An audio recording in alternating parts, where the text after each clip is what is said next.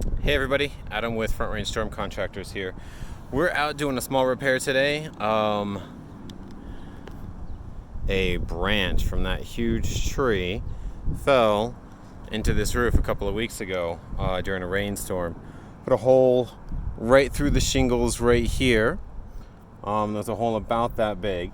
So we've removed the shingles that have been affected, and I removed the felt that had been affected, and found out that it's 1x8 decking that we have underneath here.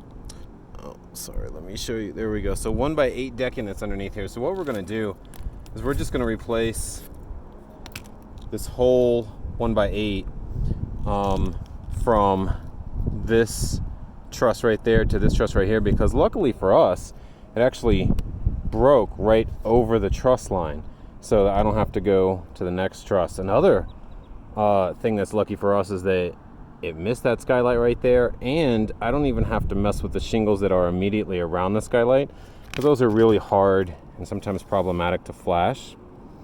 But what we are going to do is cut this back a little bit.